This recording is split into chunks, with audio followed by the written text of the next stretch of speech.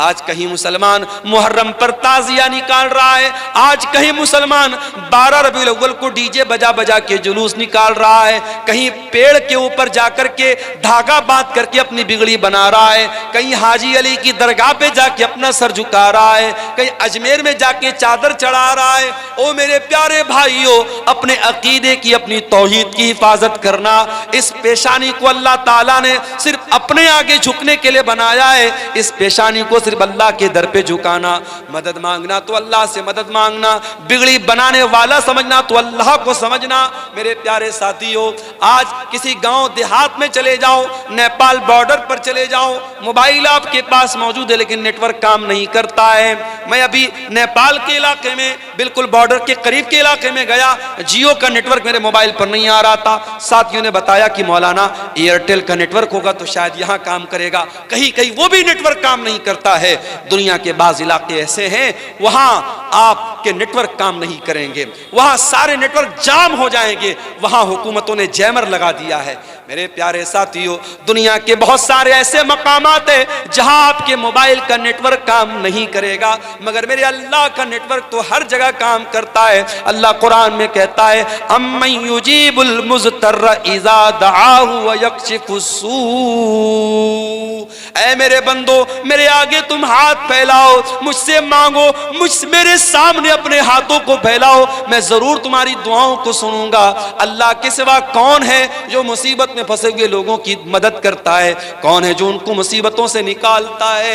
हजरत यूनुस अलैहिस्सलाम को देखो, वो मछली के पेट में पहुंचे जहां दुनिया का कोई नेटवर्क नहीं पहुंच सकता, मछली के पेट में पहुंचे जहां तीन तीन अंधेरे हैं, समंदर के पानी का भी अंधेरा है, मछली के पेट का भी अंधेरा है और रात का भी अंधेरा है। तीन तीन अंधेरों में हजरत यूनुस ने अल्लाह को पुकारा, फनादा फिज़्ज़ुलुमाति अल्ला इलाहा इल्ला अंता सुब्हानका इन्नी कुन्तु मिनज़्ज़ालिमीन।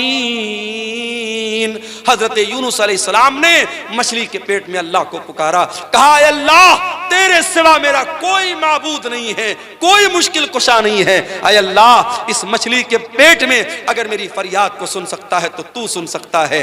फनादा फिज़्ज़ुलुमात, उन्होंने तीन तीन अंधेरों में पुकारा, ला इलाहा इल्ला अंता, ऐ अल्लाह तेरे सिवा मेरा कोई माबूद नहीं है, सुब्हानका तू पाक है, इन्नी कुन्तु मिनज़्ज़ालिमीन, ऐ अल्लाह मैं जालिम हूं। कुरान कहता है, फस्तजबना लहू व नज्जयनाहु मिनल गम्मी, हमने यूनुस की दुआ को सुन लिया और हमने यूनुस को गम से निकाल दिया। और ऐ मोमिनो, अगर तुम भी अल्लाह से इसी इखलास के साथ, इसी तौहीद के साथ दुआ करोगे, व कज़ालिका नुंजिल मुमिनीन, हम तुम्हारी दुआ को भी सुनेंगे। मेरे प्यारे साथियों, इखलास अपने अंदर पैदा करो, तौहीद अपने अंदर पैदा करो। आज मुसलमान इस तौहीद से दूर है, आज बुजुर्गों की कब्रों पर मुसलमान सर झुका रहा है, आज मज़ारों और कब्रों पर औरतें जा करके अपने ईमान और अपनी इस्मत का सौदा कर रही हैं। ओ मेरी प्यारी माँ बहनों, हमेशा अपनी तौहीद की हिफाजत करना, मर जाना, कट जाना, जल जाना, अपनी तौहीद से कभी कोई समझौता न करना, अल्लाह के सिवा किसी और के आगे कभी हाथ न फैलाना, अल्लाह के सिवा किसी और की बड़ाई कभी न बयान करना, अपने ईमान और तौहीद पर कायम रहना। इसके बगैर आप समाज की इस्लाह नहीं कर सकते। ज़हरल फसादु फिल बर्रि वल बहरी बिमा कसबत ऐदिन नास, खुश्की के अंदर, तरी के अंदर, जमीन के ऊपर और पानी के अंदर, जहां पर भी तुमको फसाद नजर आए, जहां पर भी तुमको बिगाड़ नजर आए, जहां पर भी तुमको तबाही नजर आए, जहां पर भी तुमको मुसीबत नजर आए, ज़हरल फसादु फिल बर्रि वल बहरी बिमा कसबत ऐदिन नास, वो इंसानों के करतूतों का नतीजा है, वो लोगों के अपने अमल का नतीजा है। ये अल्लाह ताला ने बहुत बड़ा कानून बता दिया।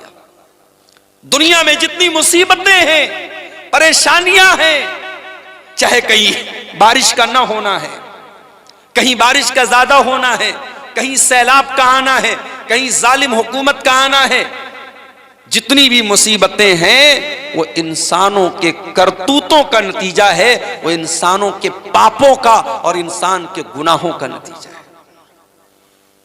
दूसरी आयत जो मैंने पढ़ी थी कुरान करीम के 30वें पारे से मैंने पढ़ी थी, सूरह फज्र की कुछ आयतें। वल फज्र, कसम है फजर की, वही फजर की नमाज और वही फजर का वक्त जब मुअज्जिन अज़ान की आवाज में कहता है अस्सलातु खैरुम मिनन नौम, मुअज्जिन बेचारा माइक पर खड़े होकर के चिल्ला चिल्ला के कहता है कि नमाज नींद से बेहतर है, और हम आराम से अपने कंबलों को ओढ़ करके, अपने रजाइयों को ओढ़ करके, अपने लिहाफ को ओढ़ करके सोए रहते हैं। और हम मुअज्जिन की अजान के जवाब में गोया ये कहते हैं कि ऐ मुअज्जिन, तेरे लिए नमाज नींद से बेहतर होगी, मेरे लिए तो नींद बेहतर है, मैं अपने आराम को छोड़ करके नमाज पढ़ने नहीं आऊंगा। कभी कभी जब मैं सुबह निकलता हूं कहीं प्रोग्राम के लिए, मुझे हैरत होती है मेरे भाई, हाईवे के ऊपर मुसलमान नजर नहीं आता है, गैर मुस्लिम नौजवान लड़के लड़कियां सुबह सुबह निकले हुए हैं हाईवे के ऊपर, कोई वॉकिंग कर रहा है, कोई पुलिस में जाने की तैयारी कर रहा है, कोई आर्मी में जाने की तैयारी कर रहा है, अपने अपने मिशन में दुनिया लगी है। और मुसलमान नौजवान रात में फेसबुक चला करके, इंस्टाग्राम चला करके, इंटरनेट चला करके बेचारा वो सो रहा है, फजर में उठने के लिए तैयार नहीं। फजर का टाइम बड़ी बरकत वाला टाइम है। ओ दौलत कमाने वालों, ओ बड़े बड़े बिजनेस करने वालों, पैसा कमाने वालों, फजर की 2 रकात नमाज जो सुन्नत पढ़ी जाती है, अल्लाह के प्यारे नबी फरमाते हैं रकातल फजरी खैरुम मिनद दुनिया व मा फीहा, फजर की 2 रकात सुन्नत दुनिया की तमाम नेमतों से बेहतर है। दुनिया के अरबपति के पास भी वो दौलत नहीं है, खरबपति के पास भी वो दौलत नहीं है जो 2 रकात फजर की सुन्नत पढ़ लेता है। इतनी कीमती है 2 रकात ये सुन्नत फजर। इसीलिए अल्लाह के नबी फरमाते हैं मन सल्ला सुबह, जो फजर की नमाज जमात के साथ पढ़ता है, फहुवा फी ज़िम्मतिल्लाह, वो अल्लाह ताला की जिम्मेदारी में आ जाता है, वो अल्लाह की पनाह में आ जाता है, अल्लाह की सुरक्षा में आ जाता है। जब आप अपनी सुबह की शुरुआत ही फजर की नमाज में गायब रह के करते हैं, अल्लाह की सुरक्षा कहां से हासिल होगी, अल्लाह की हिफाजत कहां से हासिल होगी मेरे भाई। वल फजरी, कसम है फजर के वक्त की। अल्लाह के प्यारे नबी जब किसी लश्कर को भेजते थे तो फजर के टाइम भेजते थे, और आप दुआ करते थे अल्लाहुम्मा बारिक ले उम्मती फी बुकूरिहा, आय अल्लाह तो मेरी उम्मत के सुबह के टाइम में बरकत अता फरमा। तेरे नबी ने जिस टाइम की बरकत की दुआ की थी तो उस टाइम सोया पड़ा रहता है। फजर के वक्त की कसम खा करके अल्लाह ताला बता रहा है ये बड़ा ही बरकत वाला वक्त है, बड़ा ही सुहाना वक्त है, मैं इस वक्त की कसम खाता हूं। वलयालिन आश्र, और कसम है 10 रातों की। ये कौन सी 10 रातें? मुफस्सिरीन ने लिखा है, उलमा ने लिखा है, ये जिलहिज्जा की 1 तारीख से लेकर के 10 तारीख तक की 10 रातें। जिस तरीके से रमजान की आखिरी 10 रातों की बहुत फजीलत है, वैसे ही जिलहिज्जा के शुरू के 10 दिनों की बहुत फजीलत है। बल्कि कुछ हदीसों में अल्लाह के नबी फरमाते हैं कि साल भर में किसी नेकी का सवाब उतना ज्यादा नहीं मिलता है जितना इन 10 दिनों की नेकी का मिलता है। रमजान में तो थोड़ी बहुत हम लोग नेकी करते हैं, मगर जिलहिज्जा का जब महीना आता है, कोई बकरा खरीद रहा है, कोई बैल खरीद रहा है, कोई कुर्बानी का जानवर खरीद रहा है, बस उतना ही हम उसका ख्याल करते हैं। जिलहिज्जा के शुरू के 10 दिन बड़े कीमती हैं, अल्लाह ताला कसम खा रहा है। वल फजरी, कसम है फजर के वक्त की। वलयालिन आश्र, और कसम है 10 रातों की।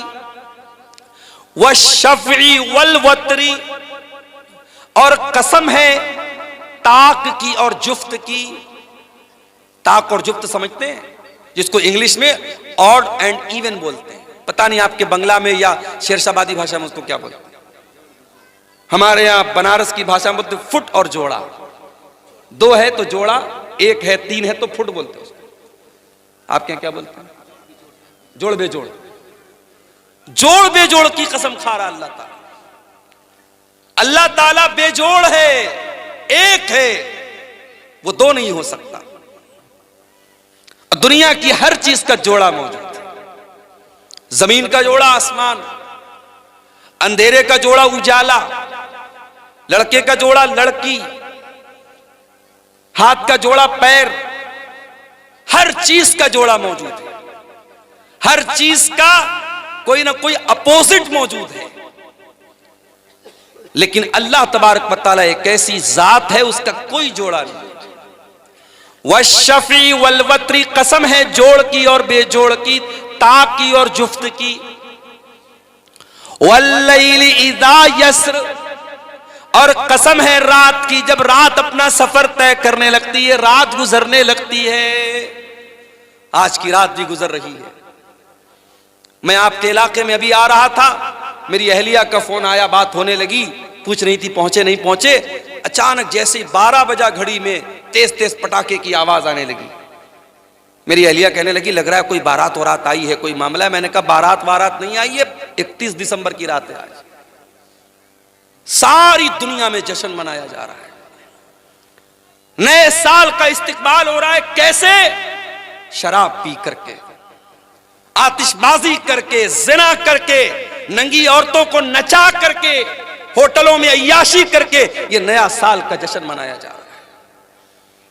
और ये नया साल का जश्न सिर्फ ईसाई नहीं मना रहा है, सिर्फ क्रिश्चियन नहीं मना रहा है, सिर्फ अंग्रेज नहीं मना रहा है, ये ला इलाहा इल्लल्लाह और मुहम्मदुर रसूलुल्लाह पढ़ने वाला भी मना रहा है। अरे नादान, तेरी जिंदगी की दीवार से एक और ईंट गिर गई। तू 2024 में 24 साल का था, 2025 आया, तू 25 साल का हो गया। तू अपनी मौत से एक कदम और करीब हो गया। तेरी जिंदगी की किताब से एक पेज और फाड़ लिया गया। तेरी जिंदगी की दीवार से एक और ईंट छीन ली गई। और तू सेलिब्रेट कर रहा है, तू शुभकामनाएं दे रहा है, तू मैसेजेस कर रहा है।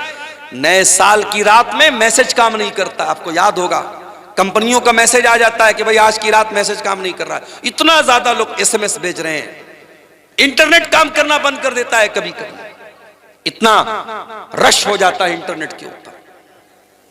वल्लैली इज़ा यस्र, कसम है रातों की, रात अपना सफर तय कर रही है। यही रात है कोई होटल में नाच रहा है और आप बगला डांगी के इस जलसे में, इस पिंडाल के नीचे बैठ करके अल्लाह और उसके रसूल की बातों को सुन रहे हैं। कोई अल्लाह का बंदा ऐसा भी होगा जो रात के इस सन्नाटे में बैठ करके अल्लाह की बारगाह में दुआएं कर रहा होगा। कोई अल्लाह का बंदा ऐसा भी होगा जो तहज्जुद की नमाज पढ़ रहा होगा। कोई अल्लाह का बंदा ऐसा भी होगा जो अपने गुनाहों पर शर्मिंदा होकर के अल्लाह से माफी मांग रहा होगा, अल्लाह से तौबा कर रहा होगा, अपने गुनाहों पर रो रहा होगा। वल्लैली इज़ा यस्र, कसम है रात की, जब वो अपना सफर तय करती है, रात चलती रहती है। रात चल रही है और रात में लोग अपना अपना काम कर रहे हैं। हल फी ज़ालिका कसमुल लिज़ी हिज्र, ऐ मेरे बंदो, मैं फजर की कसम खा रहा हूं, मैं 10 रातों की कसम खा रहा हूं, मैं ताक और जुफ्त की कसम खा रहा हूं, मैं मुख्तलिफ चीजों की कसम खा रहा हूं। हल फी ज़ालिका कसमुल लिज़ी हिज्र, क्या किसी अक्लमंद को इस कसम के अंदर कोई अहमियत नजर आती है? क्या ये कसम अक्लमंदों को दावते फिक्र दे रही है? क्या अक्लमंद लोग गौर कर रहे हैं कि अल्लाह कसम क्यों खा रहा है? अलम तरा कैफ फ़अल रब्बुका बिआद, क्या तुमने नहीं देखा कि अल्लाह ताला ने कौम आद के साथ क्या किया? ये कौम आद कौन सी कौम थी? ये लंबे तड़ंगे लोग होते थे, ऊंची ऊंची हाइट होती थी इनकी, पहाड़ों को पर अपना घर बनाते थे और बड़ी ताकतवर कौम थी ये। मारे ताकत के कहा करते थे मन अशद्दु मिन्ना कुव्वा, हमसे ज्यादा ताकतवर कौन है, हमसे ज्यादा शक्तिशाली कौन है, हमसे ज्यादा सुपर पावर कौन है। अल्लाह कह रहा है तुमने देखा नहीं हमने कौम आद के साथ क्या किया। इरम ज़ातिल इमाद, ये बड़े बड़े लंबे पिलर वाले मकान बनाते थे। अल्लती लम युखलक मिस्लुहा फिल बिलाद, इतनी ताकतवर कौम पैदा नहीं की गई। अल्लती लम युखलक मिस्लुहा फिल बिलाद, ऐसी कौम दुनिया में कभी पैदा नहीं की। व समूद अल्लज़ीना जाबु सख्र बिलवाद, क्या तुमने नहीं देखा कि हमने कौम समूद के साथ क्या किया। जो कौम समूद पहाड़ों को काट काट करके मकान बनाया करती थी। वह फिरऔन ज़िल औताद, और क्या तुमने नहीं देखा कि फिरौन का क्या अंजाम हुआ। जो ना मानने वालों को, जो फिरौन के आगे सजदा नहीं करते थे, जो फिरौन की बात नहीं मानते थे, उनके हाथों और पैरों में कीले ठुकवा करके उनकी जान ले लेता था, उनको मार डालता था। ये बड़ी बड़ी जालिम कौमें थी, कौम आद, कौम समूद और फिरौन। अल्लाह ने फरमाया अल्लज़ीना तगौ फिल बिलाद, ये वो लोग थे जिन्होंने अल्लाह की धरती पर बहुत फसाद किया, बहुत गुनाह के काम किए, बहुत पाप किए, बहुत अल्लाह की नाफरमानी की। फ़अक्तरू फ़ीहल फसाद, इन्होंने बहुत ज्यादा जमीन के अंदर फसाद मचाया। फ़सब्ब अलैहिम रब्बुका सौत अज़ाब, अल्लाह ने इनके ऊपर अपने अजाब का कोड़ा बरसा दिया। आज अल्लाह के अजाब का कोड़ा हम पर बरस रहा है मेरे भाई, हम रो रहे हैं। हमारी मस्जिदें हैं अल्लाह निशाने पर है जालिम, हमारी मस्जिदों पर ताले लगने की नौबत आ रही है, हमें डराया जा रहा है। कल अल्लाह पूछेगा कयामत के दिन, अरे तू मस्जिदों की क्या बात करता है मेरे बंदे। तेरे गांव की मस्जिद में मुअज्जिन 5 टाइम अजान देता रहा, तो 5 टाइम अपने अल्लाह के घर में, अपने मोहल्ले की, अपने गांव की मस्जिद में तू नमाज पढ़ने नहीं जाता था। तुझे क्या मस्जिद का दर्द था। अल्लाह पूछेगा तो हम क्या जवाब देंगे। दिल्ली की जामा मस्जिद में अभी एक फेसबुक पर एक रील आई, एक गैर मुस्लिम लड़का एक मुसलमान, हालांकि लड़का लड़की दोनों गैर मुस्लिम थे, मगर उसमें उन्होंने एक्टिंग की, एक रील बनाई जिसमें यह दिखाया गया कि एक गैर मुस्लिम लड़के को मुसलमान लड़की से प्यार हो गया। आजकल ये भी चल रहा है ना, मुसलमान लड़कियों को फंसाने के लिए इस तरीके की मूवी बनाई जा रही है और रील्स बनाई जा रही है ताकि मुसलमान लड़कियां अट्रैक्ट हो जाएं इन सब चीजों की तरफ।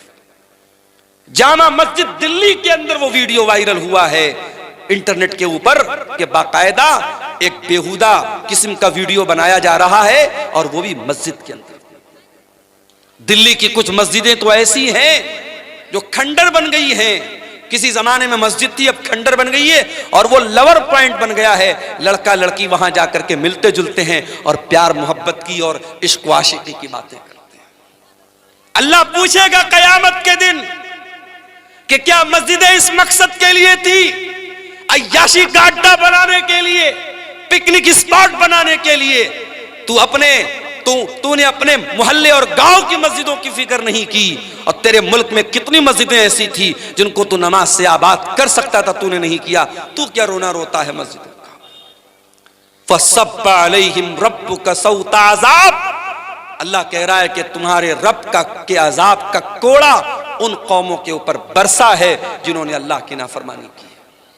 अगर कौम आद ने अल्लाह की नाफरमानी की, कौम समूद ने अल्लाह की नाफरमानी की, फिरौन ने अल्लाह की नाफरमानी की और उनके ऊपर अल्लाह का अजाब आया, तो हम कोई दूध के धुले नहीं है, हम पर भी अल्लाह का अजाब आएगा अगर हमने गुनाह को दावत दी। मेरे प्यारे साथी, माशाअल्लाह हाजी साहब चेहरे पर भरपूर दाढ़ी भी रखे हुए हैं, माथे पर सजदे का निशान भी है, 5 टाइम के नमाजी भी हैं।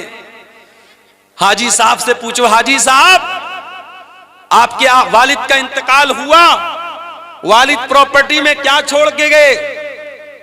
हाजी साहब ने कहा हमारे वालिद अपनी प्रॉपर्टी में जमीन छोड़ के गए, खेत छोड़ के गए, मकान छोड़ के गए, रुपया पैसा छोड़ के गए। हाजी साहब आपके कितने भाई बहन हैं। हम लोग 2 भाई हैं, 3 बहनें हैं। हाजी साहब आपने अपनी बहनों को अपने बाप की वरासत में, अपने बाप की प्रॉपर्टी में, अपने बाप के तरके में से हिस्सा दिया। हाजी साहब का मुंह बंद, नहीं बहन को तो नहीं दिया, भाई के साथ बंटवारा कर लिया, बहन को नहीं दिया। बहन को क्या दिया? बहन को इज्जत दे रहे हैं, हर साल बहन को बुलाते हैं, बहन को दावत खिलाते हैं, बहन को थोड़ा बहुत उसका ख्याल रखते हैं। बाप की वरासत में हमने बहन को हक नहीं दिया। हाजी साहब आप कौन से मसलक को मानते हैं? अल्हम्दुलिल्लाह पक्का अहले हदीस हूं। हाजी साहब हाथ कहां बांधते? सीने पर बांधता हूं। आमीन आहिस्ता बोलते हैं कि जोर से? बिल्कुल जोर से बोलता हूं। हाजी साहब नमाज में खड़े होते तो पैर से पैर मिलाते कि नहीं मिलाते? बिल्कुल मिलाता हूं, मैं अहले हदीस हूं, पक्का अहले हदीस हूं।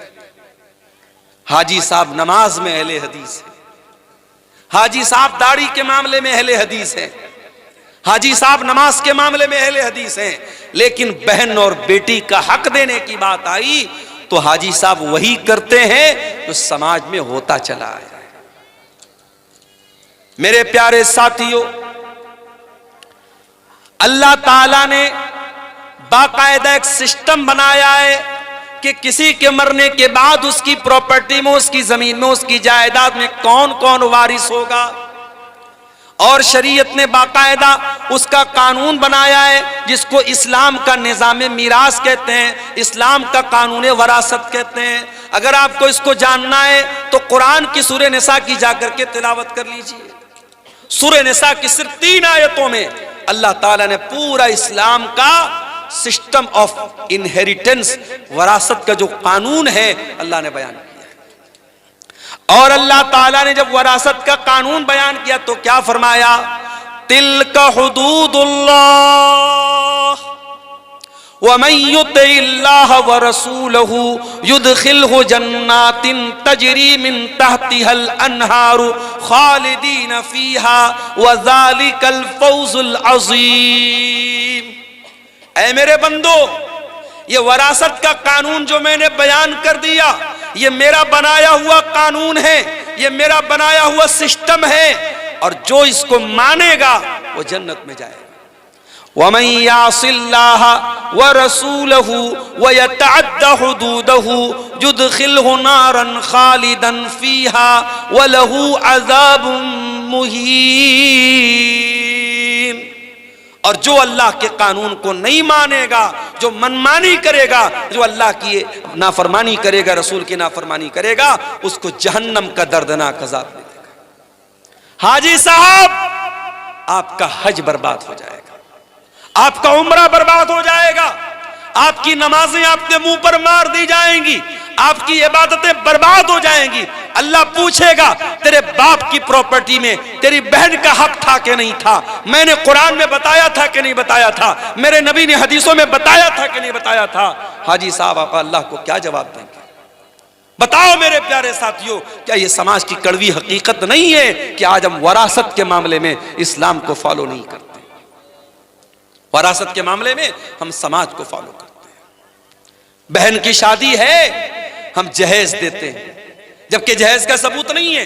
बेटी की शादी हम जहेज देते हैं जबकि जहेज का सबूत नहीं है। और जब वरासत की बात आती है तो हम कहते हैं अरे हमने तो लड़की की शादी में इतना जहेज दिया था।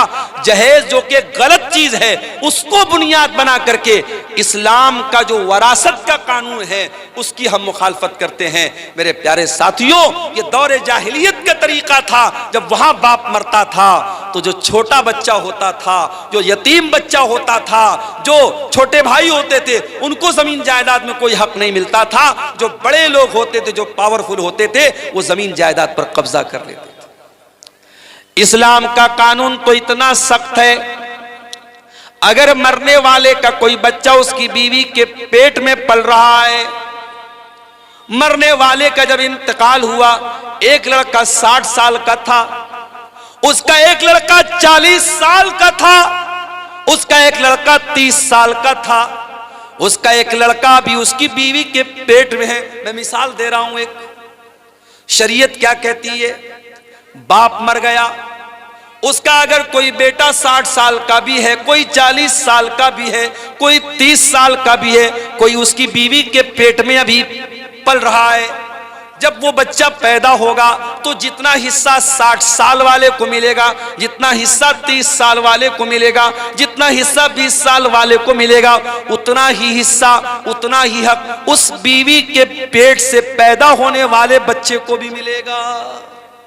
यह है अल्लाह का बनाया हुआ कानून, ये अल्लाह का बनाया हुआ निजाम है।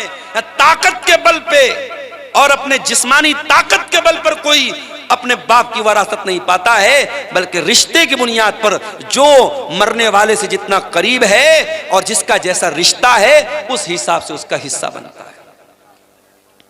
और आगे बढ़िए, इसी समाज में हम देखते हैं लड़की पैदा हुई, बाप की पेशानी पर बल पड़ गए, ये लड़की कहां से आ गई? हालात ये हैं, गवर्नमेंट की स्कीमें आती हैं। अभी प्राइम मिनिस्टर साहब की एक स्कीम चल रही है, सुकन्या समृद्धि योजना। लड़कियों के नाम पर पैसा इकट्ठा करो, जब वो 20 साल की हो जाएं, शादी के काबिल हो जाएं, तो आपके पास अच्छा खासा पैसा हो जाए। यानी कहीं ना कहीं समाज में ये सोच मौजूद है कि लड़की आई है तो एक बोझ बन के आई, बेटी पैदा हुई तो माँ बाप के माथे पर बल पड़ गए। ये मुसीबत कहां से आ गई? कल जब ये लड़की जवान होगी हमें इसकी शादी करना पड़ेगा, इसके जहेज का इंतजाम करना पड़ेगा। इस जहेज की रस्म ने कितनी बच्चियों की मेरे प्यारे साथियों जान ले ली। गरीब बाप अपनी बेटी के जहेज का इंतजाम नहीं कर पा रहा है, बाप चिंता में जिंदगी गुजार रहा है, बेटी चिंता कर रही है कि मेरा बाप कब मेरी शादी करेगा। बेटे तो कभी कभी खुल के बोल देते हैं बाप से, मेरी शादी कराइए। बेटा कुछ करे या ना करे, कमाए या ना कमाए, शादी के काबिल हो गया तो बाप को जाके सुना देगा, मेरी शादी क्यों नहीं करा रहे। बेटी तो नहीं सुनाती ना, बेटी तो शर्माती है। बेटी 25 साल की हो गई, 30 साल की हो गई, 35 साल की हो गई, अब तो रिश्ते नाते आने भी बंद हो गए। मेरे प्यारे साथियों, इस जहेज की रस्म की वजह से कितनी लड़कियों की जवानी बर्बाद हो गई, उनको रिश्ते नहीं मिल रहे हैं। और एक बात बोलूं आपसे, अगर आप जहेज को रोकना चाहते हैं तो आप सिर्फ लड़की वालों को, ये लड़के वालों से के कहने से ये काम नहीं चलेगा कि आप जहेज मत लीजिए। लड़की वालों की भी जिम्मेदारी है कि वो दीनदारी देख करके शादी करें। अगर लड़के वाले लालच कर रहे हैं कि हम ऐसी लड़की क्या शादी करें जहां से जहेज ज्यादा मिलेगा, तो माफ करना, लड़की वाले भी लालची होते हैं और वो तलाश करते हैं ऐसा रिश्ता जहां दामाद बहुत पैसे वाला या सरकारी नौकरी वाला या बहुत बड़ा बिजनेसमैन मिल जाए। अगर कोई मिडिल क्लास का लड़का है, कोई मामूली कमाने वाला लड़का है, उस लड़के के साथ कोई जल्दी अपना रिश्ता करना नहीं चाहता है। ताली दोनों हाथ से बजती है मेरे प्यारे साथियों। जहेज की इस गंदी रस्म के लिए सिर्फ लड़के वाले दोषी नहीं हैं, लड़की वाले भी दोषी हैं। अगर लड़के वाले मोटी रकम जहेज के नाम पर मोटी रकम तलाश कर रहे हैं तो लड़की वाले भी उसी हिसाब से दामाद तलाश कर रहे हैं। अल्लाह के प्यारे नबी ने क्या फरमाया? इज़ा खतब इलैकुम मिम्मन तरज़ौन दीनहु व खुल्क़हु, जब तुम्हारी लड़कियों के लिए ऐसा रिश्ता आ जाए, लड़का दीनदार है, लड़का बाखलाक है, फज़व्विजूहु, तो तुम अपनी लड़की की शादी उससे कर दो।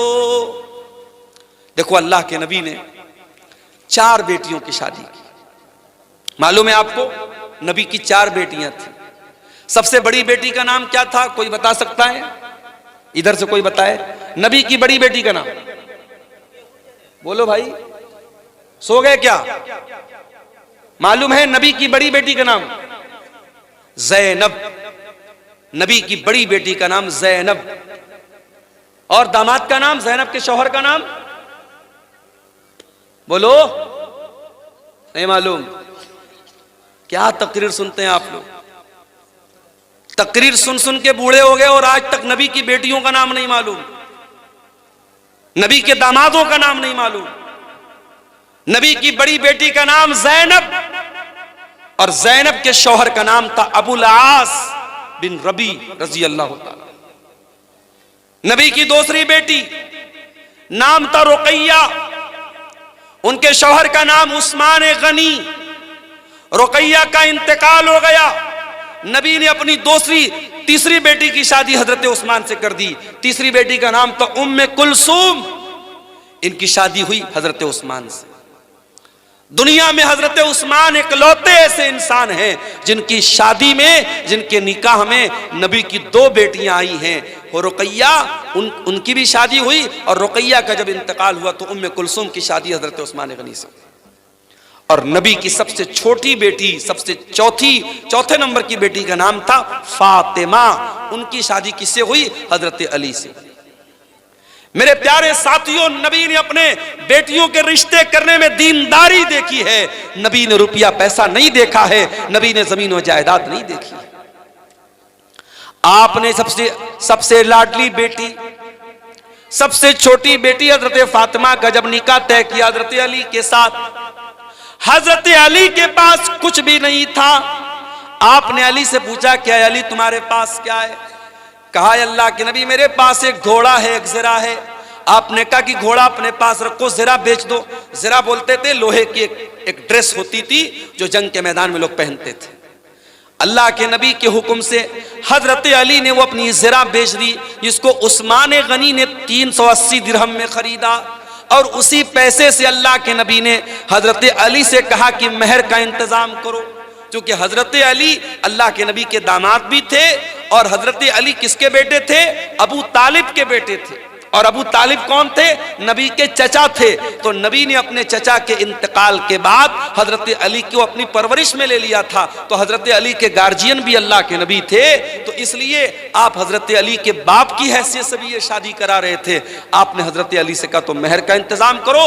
और उसके बाद चूंकि नई गिरस्ती थी, नया घर बनाना था, हजरत अली के पास कुछ नहीं था, तो अल्लाह के नबी ने हजरत अली ही के पैसे से एक तकिया खरीदा, एक चादर खरीदा, और एक पानी का बर्तन, मशकेजा, ऐसी जरूरत की 4-5 चीजें खरीदी हैं। कुछ लोग इसको जहेज का नाम देते हैं, माफ कीजिए ये जहेज नहीं था, ये हजरत अली ही के पैसे से अल्लाह के नबी ने इसको लिया था और अपनी बेटी को दिया था।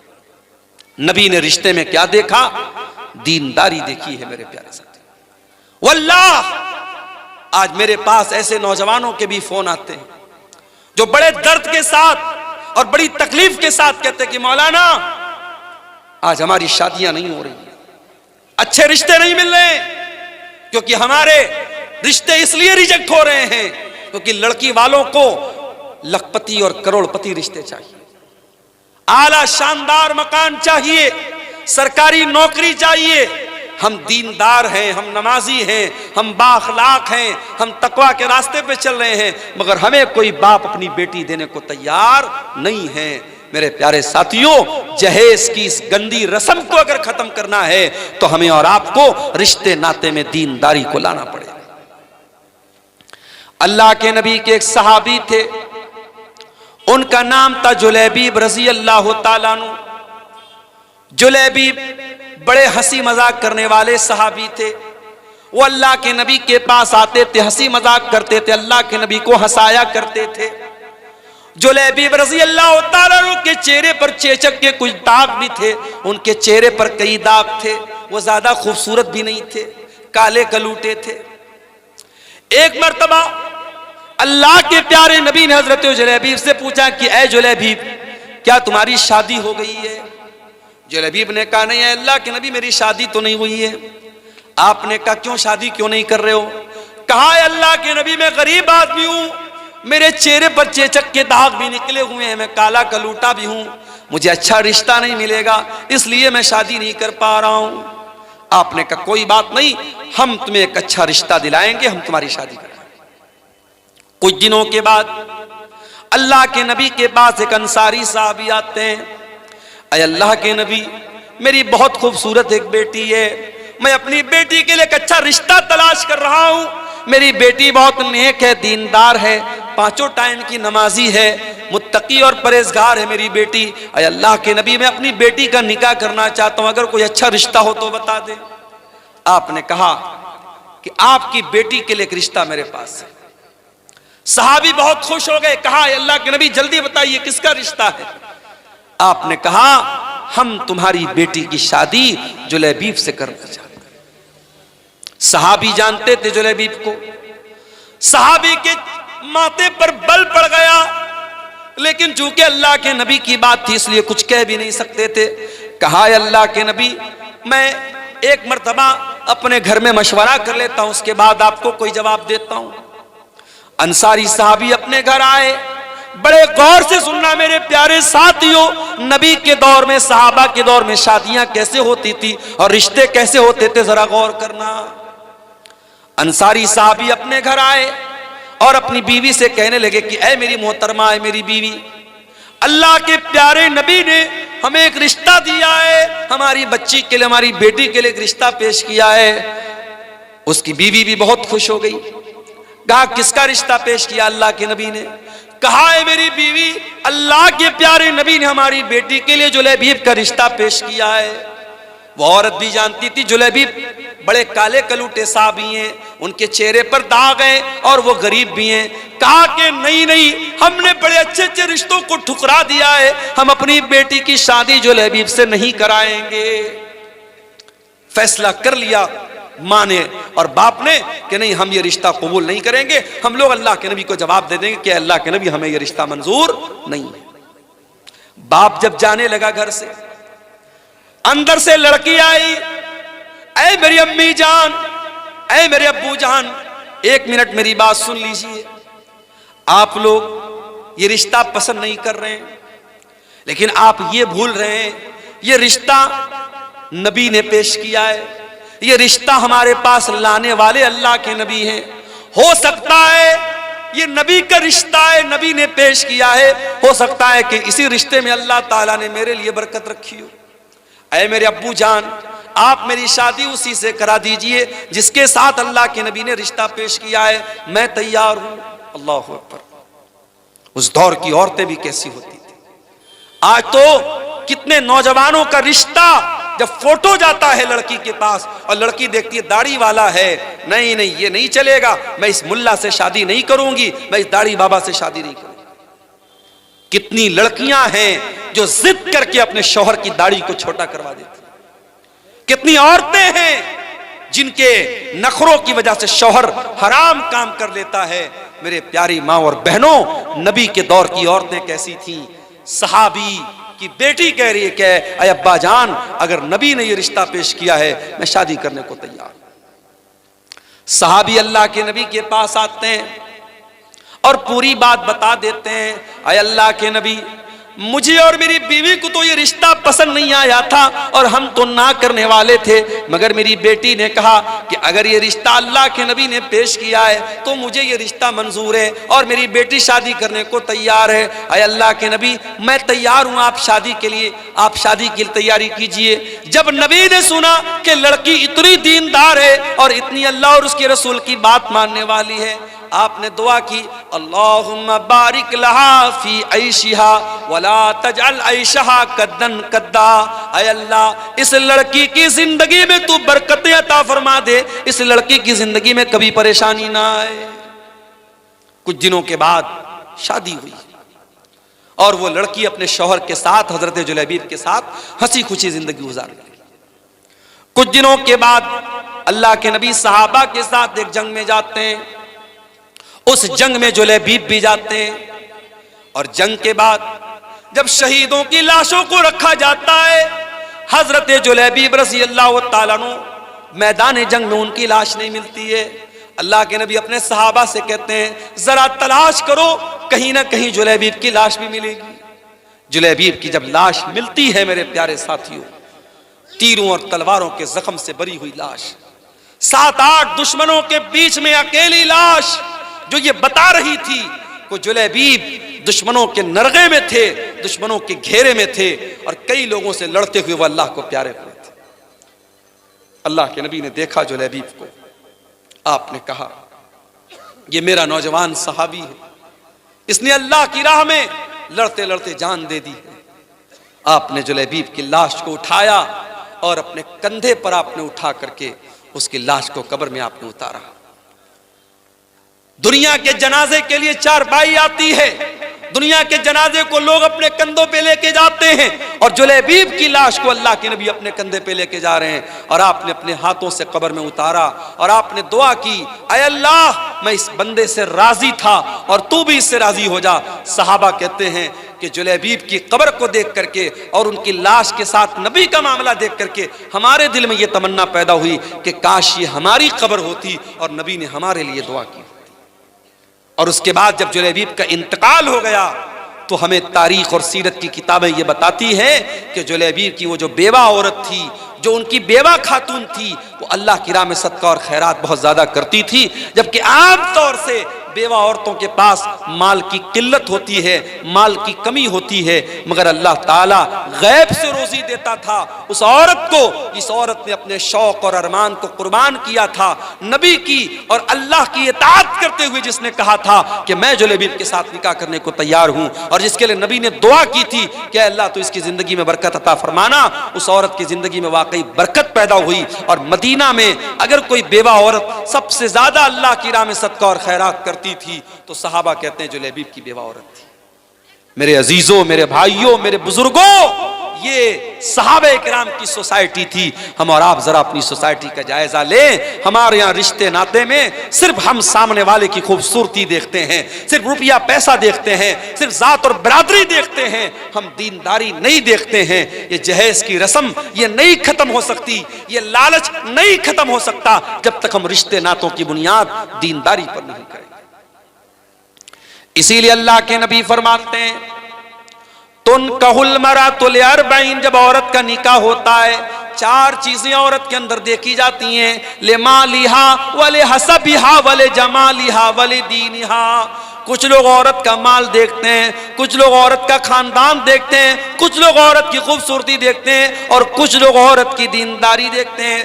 फज़फर बिज़ातिद्दीन, अल्लाह के प्यारे नबी फरमाते हैं कि ओ लोगों, तुम दीनदार औरत को अपने घर में लेकर के आ जाओ, कामयाब हो जाओगे। दीनदार औरत को अपने घर में लेके आओ, कामयाब हो जाओगे। मेरे प्यारे साथियों, आज घरों में सास और बहू के झगड़े हैं, देवरानी जेठानी के झगड़े हैं, ननद और भाभी के झगड़े हैं, हर घर में फसाद है, हर घर में बिगाड़ है। क्यों? क्योंकि हमने खूबसूरती तो देखी है, हमने लंबा चौड़ा जहेज तो हमने देख करके शादी कर ली, हमने दीनदारी नहीं देखी है।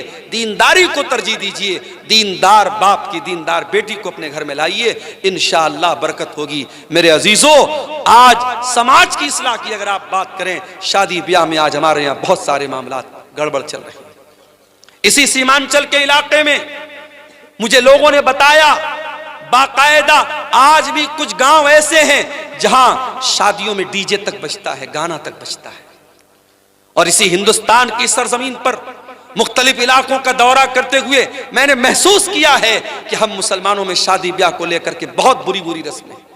अभी मुंबई में परसों में गया था, जहां उलमा को ठहरने का इंतजाम किया गया था। एक मैरिज हॉल था, एक शादी हॉल था, ऊपर उलमा के रहने का इंतजाम किया गया था, नीचे कोई शादी हुई थी, मुसलमान की शादी थी। और सामने जहेज, सामने जो मंडप लगा हुआ था, मंडप में दुल्हन जो है सज करके संवर करके और लहंगा वगैरह पहन करके और मेकअप वगैरह करके बैठी हुई थी और रिश्तेदार सब आ रहे हैं, मर्द भी आ रहे हैं, औरतें भी आ रही हैं और सब उसको देख रहे हैं। ये बहुत सारे इलाकों में ये चलता है कि दुल्हन को बाकायदा मर्द हजरात भी आकर के देखते हैं और मुंह दिखाई तक देते हैं। मेरे प्यारे साथियों, ये रस्में इस्लाम के अंदर नहीं है। इस्लाम बड़ा पाकीज़ा मजहब है, इस्लाम बड़ा साफ सुथरा मजहब है। हमने रस्म और रिवाज के जरिए शादी ब्याह के इस बंधन को बहुत ही नापाक बना डाला है मेरे साथियों। और फजूल खर्ची अल्लाह की पनाह है। फजूल खर्ची तो इस कदर हो रही है शादी के मौके पर जिसकी कोई हद नहीं है।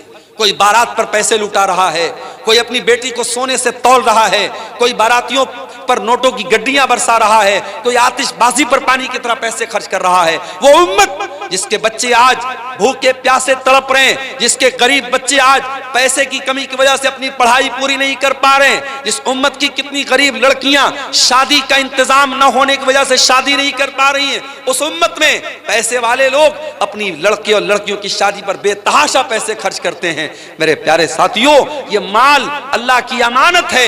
अल्लाह पूछेगा, ये माल हमने ने तुमको दिया था, मैंने तुमको इसलिए दिया था ताकि तुम सही रास्ते पर खर्च करो। तुमने माल को फजूल खर्ची में और नाजायज जगहों पर क्यों खर्च किया? मेरे प्यारे साथियों, हमें इसका जवाब देना पड़ेगा। और आगे बढ़िए, समाज की अगर इस्लाह करना है, समाज को अगर सुधारना है, अपने अकीदे की इस्लाह करना भी बहुत जरूरी है। मेरे प्यारे साथियों, जिस समाज के अंदर अकीदा दुरुस्त नहीं होगा, तौहीद दुरुस्त नहीं होगी, जिस समाज के अंदर कब्रों पर सजदा किया जाएगा, जिस समाज में तावीज और गंडा पहना जाएगा, जिस समाज में बिल्ली के आगे से गुजरने पर बाइक को और गाड़ी को ब्रेक लगा दिया जाएगा, जिस समाज में तौहीद का कोई नामो निशान न होगा, मेरे प्यारे साथियों, वो समाज कभी नहीं सुधर सकता है। हम और आप मुसलमान हैं और मुसलमान का मतलब ये होता है वो ला इलाहा इल्लल्लाह और मुहम्मद रसूलुल्लाह का कलमा पढ़ने वाला होता है। हमारे दीन की बुनियाद तौहीद पर है। जब तक हमारी तौहीद सही नहीं होगी, हमारा कोई भी अमल अल्लाह ताला क्या कबूल नहीं होगा। तौहीद जब तक दुरुस्त नहीं है, अल्लाह क्या कोई नेकी हमारी कबूल नहीं होगी। अल्लाह के नबी के आने के पहले मक्का में एक आदमी रहता था जिसका नाम अब्दुल्ला बिन जुदान था। बहुत नेक इंसान था, गरीबों को खाना खिलाया करता था, हाजियों की खिदमत किया करता था, हाजियों को पानी पिलाया करता था। अब्दुल्ला बिन जुदान मर गया। हजरत आयशा ने अल्लाह के नबी से पूछा, आए अल्लाह के नबी, अब्दुल्ला बिन जुदान तो बड़ा नेक इंसान था, इतनी गरीबों की मदद किया करता था, दान पुण्य का काम किया करता था, खैरात किया करता था। आए अल्लाह के नबी, क्या अब्दुल्ला बिन जुदान को उसकी नेकी क़यामत के दिन काम देगी? क्या वो अल्लाह ताला के जन्नत में दाखिल हो जाएगा? क्या वो जहन्नम के अजाब से बच जाएगा?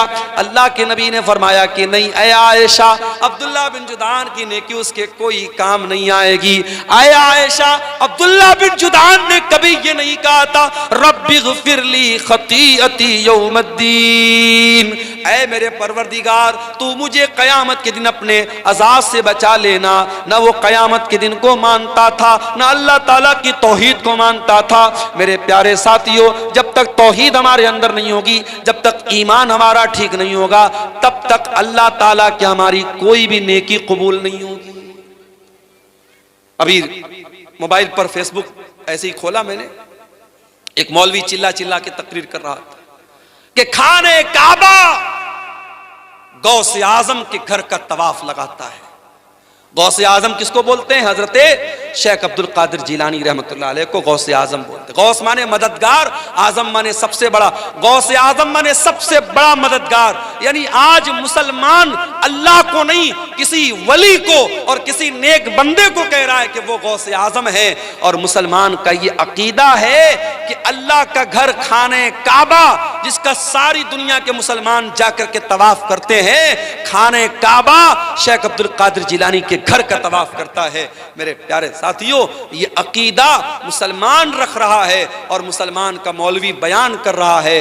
और यही वो अकीदा था जिसके बारे में मौलाना अल्ताफ हुसैन हाली ने कहा था कि करे गैर गरबुत की पूजा तो काफिर, कवाकिब में माने करिश्मा तो काफिर, झुके आग पर बैर सजदा तो काफिर, जो ठहराए बेटा खुदा का तो काफिर, मगर मोमिनों पर कुशादा है राहें, परस्तिश करें शौक से जिसकी चाहे, नबी को जो चाहे खुदा कर दिखाए, इमामों का रुतबा नबी से बढ़ाए, मज़ारों पे जा जा के नजरें चढ़ाए, शहीदों से जा जा के मांगे दुआएं, न तौहीद में कुछ कमी इससे आए, न इस्लाम बिगड़े न ईमान जाए। समाज की इस्लाह करना है, हमें और आपको एक काम और भी करना पड़ेगा। मुसलमान नौजवान आज पैसा कमाने की अंधी दौड़ में भाग रहा है। कोई जुआ के जरिए पैसा कमा रहा है, कोई सट्टेबाजी के जरिए पैसा कमा रहा है, कोई ब्याज के जरिए पैसा कमा रहा है। इसी बिहार के बाज़ इलाकों में मुझे लोगों ने बताया कि जिन मुसलमानों के पास ढेर सारा पैसा है, वो अपने ही मुसलमान भाई को ब्याज पर कर्जा दे रहे हैं। ऐ मुसलमान, तुझे मालूम नहीं कि तेरी शरीयत में इस ब्याज को कितना बड़ा गुनाह करार दिया गया है। अल्लाह के नबी ने फरमाया कि सूद के ब्याज के 70 से ज्यादा दरवाजे हैं, जिसमें सबसे हल्का दरवाजा ये है, सबसे हल्का दर्जा ये है, अय्यन की हर रजुल उम्महु, कि इंसान अपनी सगी माँ के साथ जिना करे। अपनी सगी माँ के साथ जिना करना जितना बड़ा पाप है, जितना बड़ा गुनाह है, उससे भी बड़ा गुनाह ब्याज की रकम खाना है। इस्लाम में ब्याज के लिए कोई जगह नहीं है, और आज मुसलमान ब्याज खा रहा है। कोई बैंक से मिलने वाला इंटरेस्ट खा रहा है, कोई एफडी करा के खा रहा है, कोई अपने ही मुसलमान भाई को ब्याज पर कर्जा देके ब्याज खा रहा है। मेरे प्यारे साथियों, ये ब्याज की रकम तेरे घर में आएगी, तेरी नेकियों को बर्बाद कर देगी, तेरे घर के चैन को बर्बाद कर देगी, तेरे सुकून को बर्बाद कर देगी। अल्लाह के नबी फरमाते हैं, ओ लोगों कान खोल करके सुन लो, जिस जिस्म की परवरिश हराम कमाई से हो जाए, फन्नारु औला बिही, वो जिस्म जहन्नम की आग में डाला जाएगा। अल्लाह के नबी फरमाते हैं, इन्नल्लाह तय्यिबुन ला यक़बलु इल्ला तय्यिबा, अल्लाह पाक है और पाक चीजों को कबूल करता है, अल्लाह नापाक चीजों को कबूल नहीं करता है। फिर अल्लाह के नबी फरमाते हैं, ओ लोगों, अल्लाह कुरान में ईमान वालों को भी यही हुक्म देता है, या अय्युहल्लज़ीना आमनू कुलू मिम्मा फिल अर्ज़ि हलालन तय्यिबा, ऐ ईमान वालों, जमीन के अंदर जो हलाल चीजें वो खाया करो। और अल्लाह अपने रसूलों से कहता है, या अय्युहर रसूल कुलू मिनत तय्यिबाति वअमलू सालिहा, ऐ मेरे पैगंबरों, ऐ मेरे रसूलों, पाक चीजों को खाया करो, हलाल चीजों को खाया करो। रसूलों को भी अल्लाह ने हलाल खाने का हुक्म दिया, और ईमान वालों को भी अल्लाह ने हलाल खाने का हुक्म दिया। और आगे अल्लाह के नबी फरमाते हैं, एक आदमी बहुत लंबा सफर करके आता है, उसके बाल मैले कुचैले हो जाते हैं, उसके कपड़े गंदे हो जाते हैं, और वो हाथों को उठा उठा के दुआ करता है और कहता है कि ऐ मेरे रब, ऐ मेरे रब, लेकिन उसका खाना हराम कमाई का, उसका पानी हराम कमाई का, उसका लिबास हराम कमाई का, उसकी परवरिश हराम कमाई की। फअन्ना युस्तजाबु लिज़ालिक, अल्लाह के नबी फरमाते हैं, उस इंसान की दुआ कहां से कबूल होगी। ओ मेरे प्यारे साथियों, आज हर जलसे में दुआ हो रही है, हर प्रोग्राम में दुआ हो रही है, फिर भी जालिम के जुल्म नहीं रुक रहा है, फिर भी हमारी जानो माल पर हमले हो रहे हैं, हमारी मस्जिदों पर हमले हो रहे हैं। कहीं ऐसा तो नहीं कि हमारी हराम खोरी की वजह से हमारी दुआएं कबूल नहीं हो रही हैं। ओ लोगों, अपनी कमाइयों को हलाल कर लो, जब तक कमाई हलाल ना होगी तब तक अल्लाह ताला दुआओं को कबूल नहीं करेगा। सूद खा रहा है मुसलमान, ब्याज खा रहा है मुसलमान। हमारे कितने नौजवान हैं जो ऑनलाइन जुआ खेल रहे हैं, सट्टेबाजी कर रहे हैं, कोई क्रिकेट के मैच पर सट्टा लगा रहा है, कोई एविएटर गेम में पैसे लगा रहा है, कोई शेयर मार्केट में जो हराम शक्लें हैं उनमें पैसा लगा के पैसा कमाना चाहता है। वो लोगों, हलाल तरीके से करोड़ों कमा लो, हराम तरीके से 10 रुपया भी ना कमाना। हराम कमाई आपकी नेकियों को बर्बाद कर देगी। और आगे बढ़िए, समाज की इस्लाह अगर करनी है, अपनी औरतों की भी इस्लाह करना बहुत जरूरी है। ओ मेरी प्यारी माओ बहनों, जिस इस्लाम के अंदर आपको ये हुक्म दिया गया, वह करना फी बुयूतिकुन्ना, ऐ औरतों तुम अपने घर में इज्जत के साथ रहा करो, वला तबर्रजना तबर्रुजल जाहिलियतिल ऊला, और जब तुम घर से निकला करो तो बन संवर करके न निकला करो।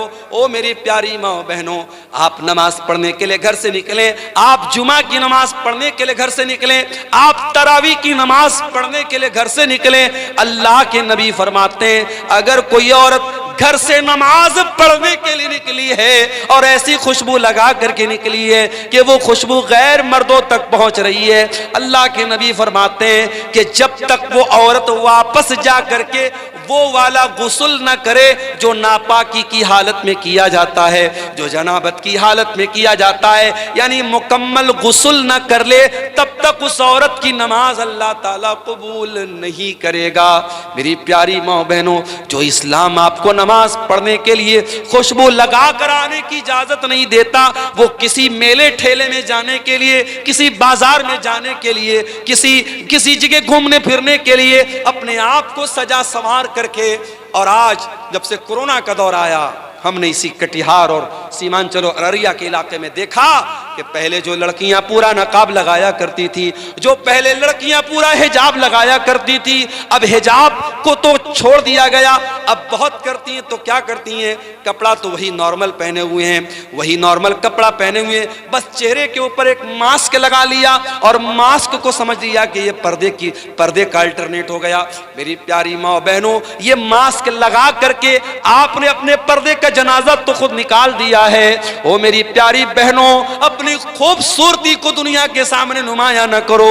तुम्हें अल्लाह ताला ने पर्दे में रहने का हुक्म दिया है। अल्लाह कहता है, ऐ नबी अपनी बेटियों से कह दो, ऐ नबी अपनी बीवियों से कह दो, ऐ नबी तमाम मुसलमान औरतों से कह दो कि जब वो अपने घर से निकला करे, युदनीना अलैहिन्ना मिन जलाबीबिहिन्ना, वो अपने ऊपर चादर डाल लिया करें, वो अपने ऊपर पल्लू डाल लिया करें, वो अपने ऊपर नकाब डाल लिया करें। ज़ालिका अदना अन युरफ़ना फला युज़ैन, ये ज्यादा बेहतर है कि उससे उनको पहचान लिया जाएगा। अच्छा, आज क्या होता है, मदरसे में पढ़ने वाली लड़की है तो वो नकाब में रहेगी, स्कूल में पढ़ने वाली लड़की है तो वो क्या करेगी, मास्क लगा के घूमेगी या मास्क भी नहीं लगाएगी।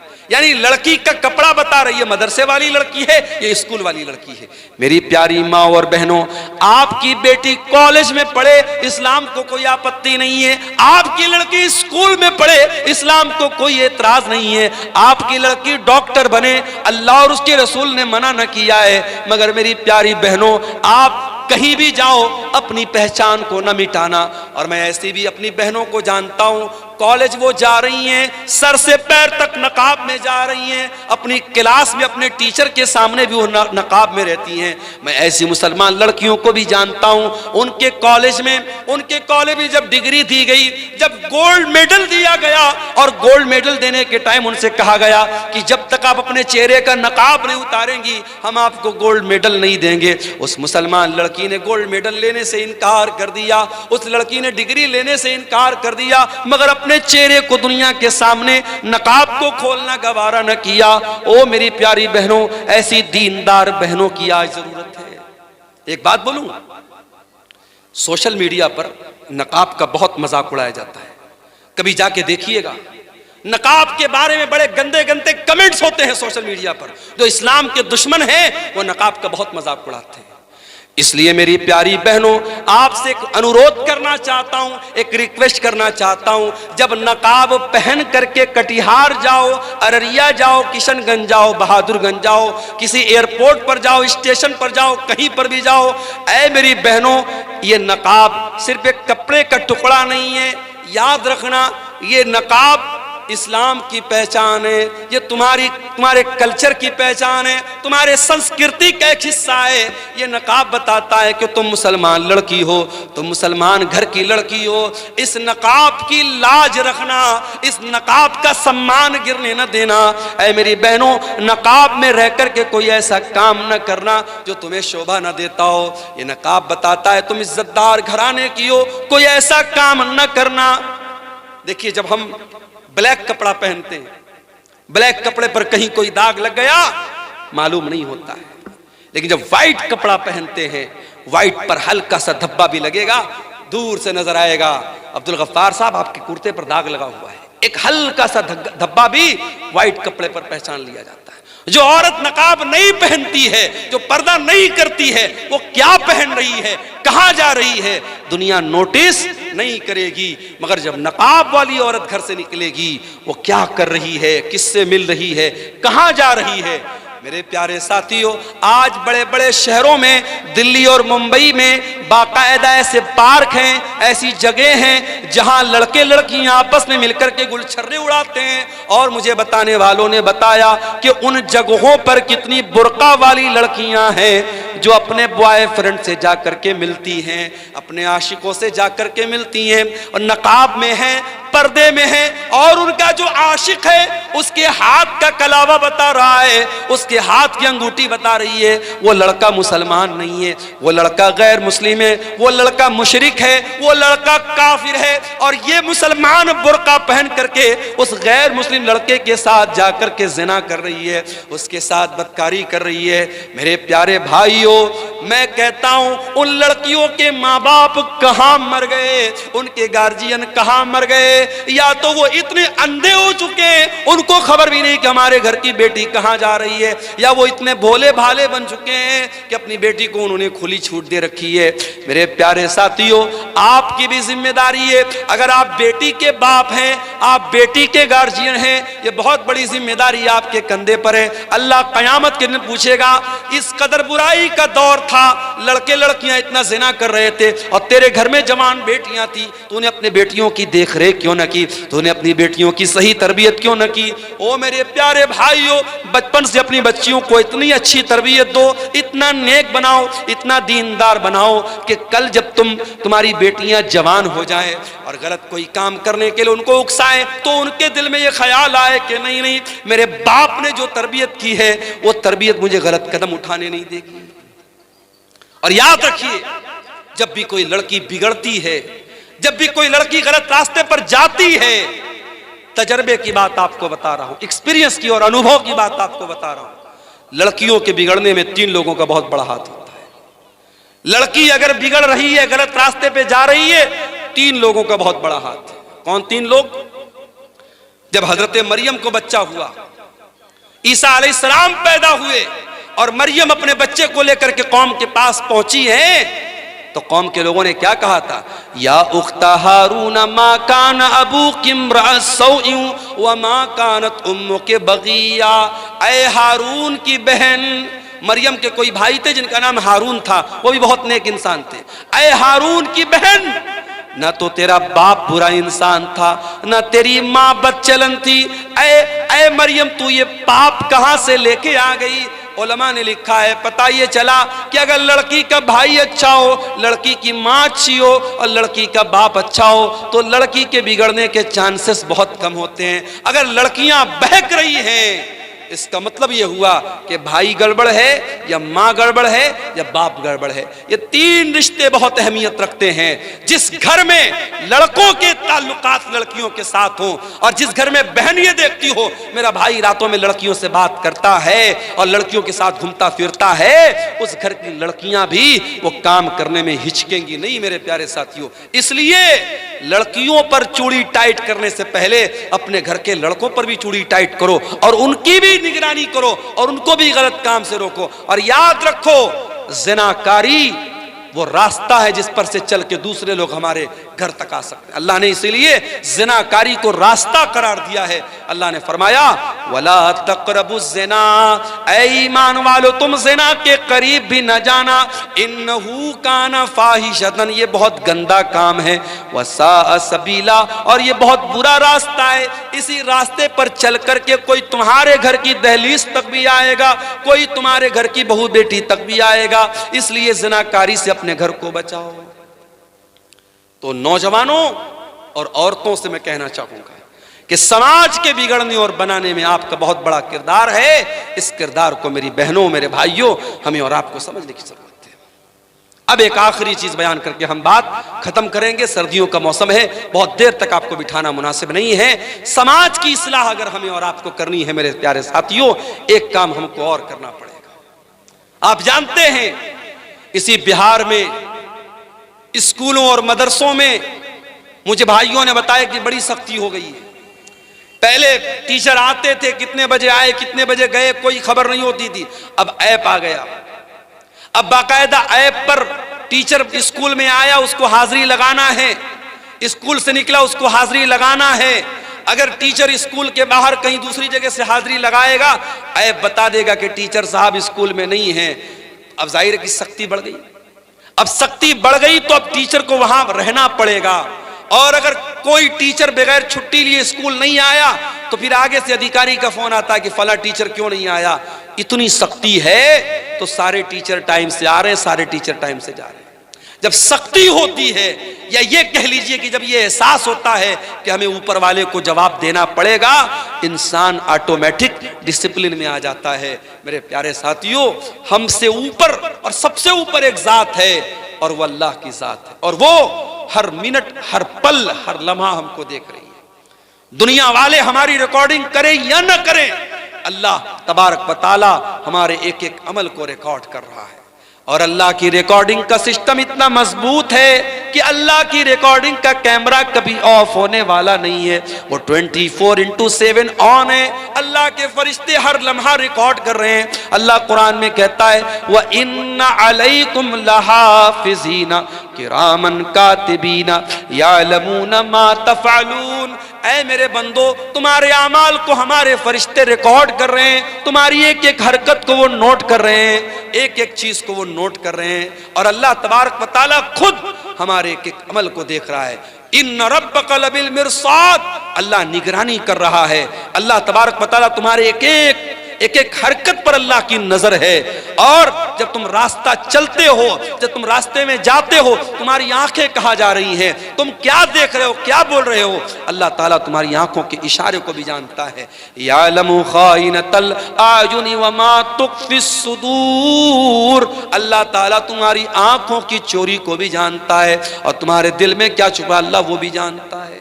इसलिए मेरे प्यारे साथियों, अगर अल्लाह के सामने खड़े होने का डर नहीं पैदा होगा, अल्लाह के सामने जवाब देने का डर पैदा नहीं होगा, ये करप्शन नहीं रुक सकता, ये भ्रष्टाचार नहीं रुक सकता, ये बुराई नहीं रुक सकती।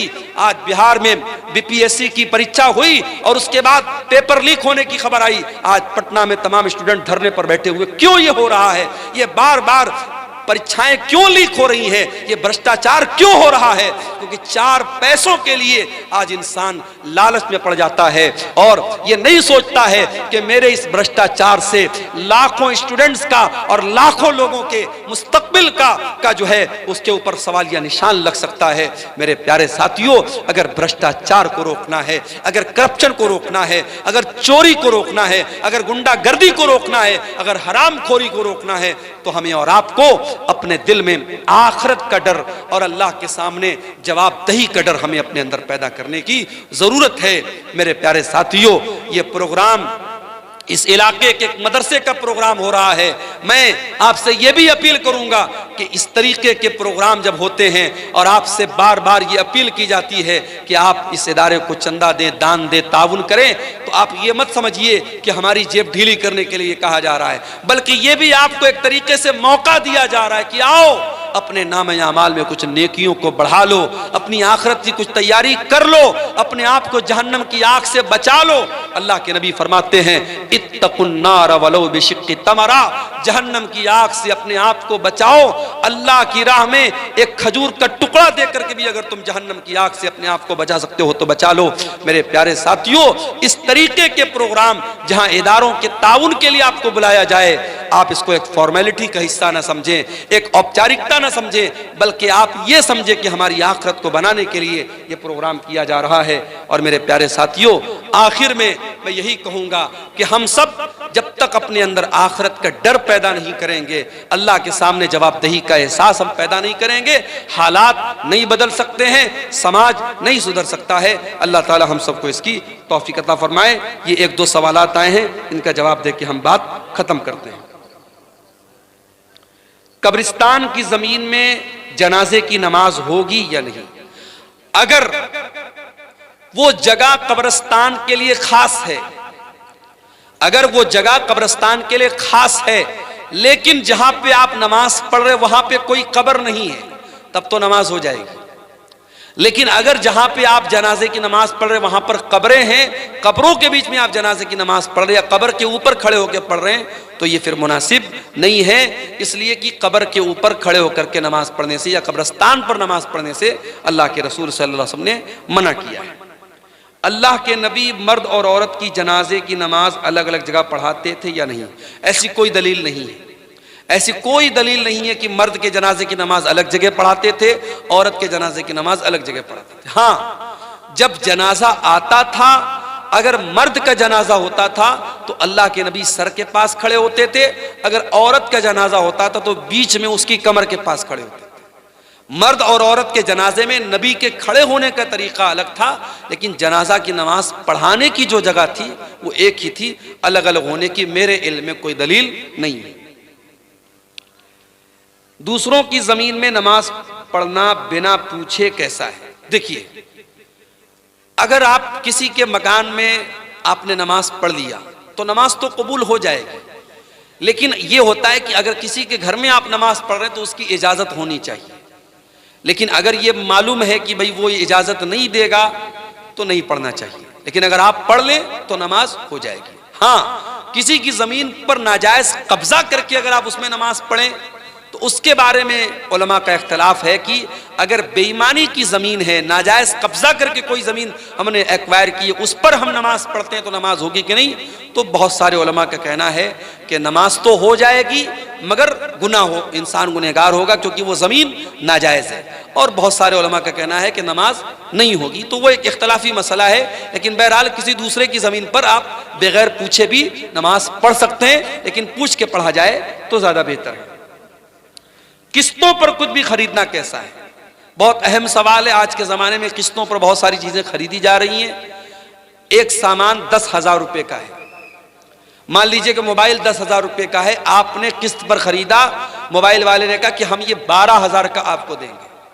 अब 2,000 रुपया वो ज़्यादा ले रहा है और वो साफ बता रहा है कि आप कैश लेंगे तो हम 10,000 का देंगे और किस्तों में लेंगे, उधार लेंगे तो 12,000 का देंगे। तो ये जायज़ है, इसमें कोई हरज की बात नहीं है। लेकिन आज हमारे यहाँ जितने भी किस्तों पर सामान लिया और दिया जाता है, ये बैंक के थ्रू लिया जाता है। दुकानदार आपको नहीं देता है, वो बजाज फाइनेंस के जरिए, HDFC के जरिए या किसी बैंक के जरिए लोन पास करता है और वो बैंक से पूरा पैसा ले लेता है। बैंक आपको कर्जा दे रहा है और जब बैंक आपको कर्जा दे रहा है तो बैंक से आपने सामान नहीं खरीदा है, बैंक से आपने कर्जा लिया है। और कर्जे में आप जब बैंक को प्रॉफिट दे रहे हैं तो बात याद रखिए कि कर्जे पर प्रॉफिट लेना भी हराम है और प्रॉफिट देना भी हराम है। इसको बहुत साफ तरीके से समझ लीजिए। सामान में उधार की और नगद की कीमत अलग हो सकती है, लेकिन आप किसी से कर्जा लेंगे तो उसमें अगर कम ज्यादा रहेगा तो वो गुनाह का काम है। और आज जितनी भी फाइनेंस की स्कीम है सब बैंक के थ्रू होती है और वो दुकानदार बैंक से पूरा पैसा लेता है और बैंक आपको उधार दे रहा है। तो इसलिए ये शक्ल सही नहीं है, ये जायज नहीं है। दूसरी बात ये कि बास इंटरेस्ट कहते हैं 0% इंटरेस्ट, कहते हैं साहब जितने का सामान उतना ही पैसा आपको देना है, एक्स्ट्रा नहीं देना है। मगर उसमें कुछ ढके छुपे कुछ खर्चे रहते हैं, जैसे प्रोसेसिंग चार्ज रहता है। 10,000 का आप मोबाइल लेंगे, 1,000 रुपया प्रोसेसिंग चार्ज लगेगा। उसके बाद अगर आपने महीने की पहली तारीख को EMI पे नहीं की, एक दिन गुजर गया फौरन 100 रुपया पेनाल्टी लग जाएगी। 10 दिन गुजर गया 1,000 रुपया पेनाल्टी लग जाएगी। तो ये जो पेनाल्टी लग रही है ये भी सूद की एक शक्ल है, जायज नहीं है। इसलिए हमारे यहाँ जो फाइनेंस का जो सिस्टम है ये बहुत ही खतरनाक है शरीयत के एतबार से और इसमें सूद की शक्ल मौजूद है। हमें और आपको इसको अवॉइड ही करना चाहिए, इससे परहेज ही करना चाहिए। ये बिल्कुल भी मुनासिब नहीं है, क्योंकि सूद का लेना भी हराम है और सूद का देना भी हराम है। औरत को नौकरी करना चाहिए या नहीं, सरकारी हो या गैर सरकारी? औरत नौकरी कर सकती है, शर्त यह है कि वो पर्दे में रह के नौकरी करे और उसकी नौकरी में गैर मर्दों के साथ इंटरेक्शन उसका ना हो। अगर उसको गैर मर्दों के सामने जाके खड़े होना पड़ रहा है, उनके साथ तन्हाई इख्तियार करना पड़ रहा है, गैर मर्दों के साथ अकेले में मिलना पड़ रहा है, तो फिर ऐसी नौकरी औरत को नहीं करना चाहिए। इसलिए कि जब कोई औरत किसी गैर मर्द के साथ तन्हाई में मिलेगी तो अल्लाह के नबी फरमाते तीसरा वहाँ शैतान होगा और वो शैतान अपना काम करेगा। आज बहुत सारे ऑफिसेज में औरतें काम करती हैं सेक्रेटरी के तौर पे और बॉस की नौकरी करती हैं और उसके बाद बहुत सारे उनके साथ मामलात पेश आते हैं। तो शरीयत में अगर पर्दे के साथ और इज्जत और शराफत के साथ अगर कोई नौकरी औरत को मिल रही है तो वो कर सकती है। लेकिन ये भी याद रखिए कि नौकरी करना ये औरत का काम नहीं है, औरत की ड्यूटी नहीं है। कमा करके लाना मर्द की ड्यूटी है। अगर मर्द की कमाई से घर चल रहा है, सुकून की रोजी आ रही है, तो उसी पर इक्तफा किया जाए, बिला वजह औरत से नौकरी न करा जाए। लेकिन अगर इज्जत के साथ और पर्दे के साथ औरत नौकरी करना चाहे तो कर सकती है, कोई हरज की बात नहीं है। ठेके पर जमीन लेना और सालाना कुछ क्या लिखा है कटौती करना, क्या मतलब है? ठेके पर जमीन लेने का क्या मतलब है?